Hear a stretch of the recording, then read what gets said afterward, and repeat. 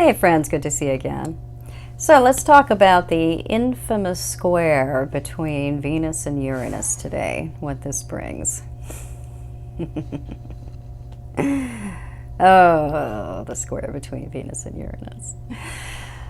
Okay, so this is a rather famous aspect in Synastry because of how quickly it spurs us to form a relationship. We want to do it right away when we have this square. You see it in affairs a lot. You see it in relationships that fall outside of the norm, something that we're not supposed to be being engaged in, a lot. And it brings this excitement. It generates this fervor to get something going. And the impulsiveness that we act on with this square is just absolutely legendary. The feelings tend to come out of nowhere. They are explosive, they are volcanic, and they are unprecedented. Generally with the square, the chemistry goes off very, very quickly, and it can even happen if we've known each other for a long period of time. We can just have that spark go off. And so it appears to a lot of people to be a fated thing because it's, number one, unlike most other types of attractions, because it is quite overwhelming. So it has that air of intensity. And number two, the quickness with which it started often strikes people as something that must be fated or that must be part of some kind of a plan or universal edict or a soulmate connection or something that's giving them confirmation that this is meant to be in some way.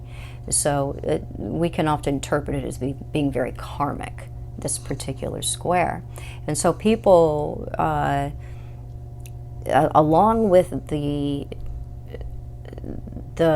overwhelming feelings and the rapid development of the feelings, you combine those two things together and it takes on a great deal of meaning for people when they have this square. It does spur people to act on their feelings very, very quickly and very, very often. There aren't very many people who can resist the power of a Venus-Uranus square. What happens when we have the square, when we do get together, is very exciting, very, very tasty, it's very, very exhilarating. And as long as we can keep things fresh, as long as we can keep things in that Uranian vein, then we can be pretty happy together. Once things start to settle down, once we make agreements or we get into some kind of a commitment, if we have Saturn come into things, that's when we start to see things get kind of shaky. And they go from shaky to very shaky the more that we get to know each other. Because this square exists in the context of a fair or open relationship or open-ended relationship or Uranian relationship. It exists in that context very, very well. It doesn't exist in the context of a traditional, committed, long-term, suburban relationships. You just don't see the square because it's showing that we have a difference of values, and that doesn't appear until things start to settle down. So this square is like a shaken bottle of champagne, and it's just this effervescence that comes out of it. And once those bubbles start to settle down, things start to go a bit flat. And that's when we start to have issues. We start to see that we see things differently, and that the impulsive reasons that we got into the relationship were very different reasons for the two of us. So the differences in values can be actually quite great with this particular square.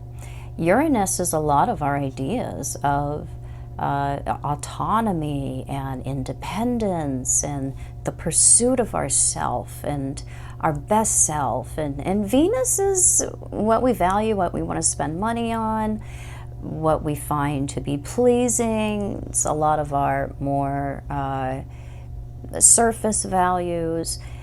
With a square between these two, we have two different types of values and behaviors that when we find that we don't have anything in common there, it's just very, very difficult to reconcile that. So we go from explosion of effervescence to falling flat once we establish things. Once we make rules, regulations, we have expectations. And again, as long as things can be in that Uranian vein, this could go on forever, because we're never going to have that issue of differences in values come up in very certain types of relationships. But typically in most relationships, most settled, committed relationships, that's going to be something that's going to come up quite often, is differences in values, differences in ideas about the world, differences in activities. We may find that we don't share a lot of leisure activities or choices and what we would spend our time or our money on after we really start to get to know each other.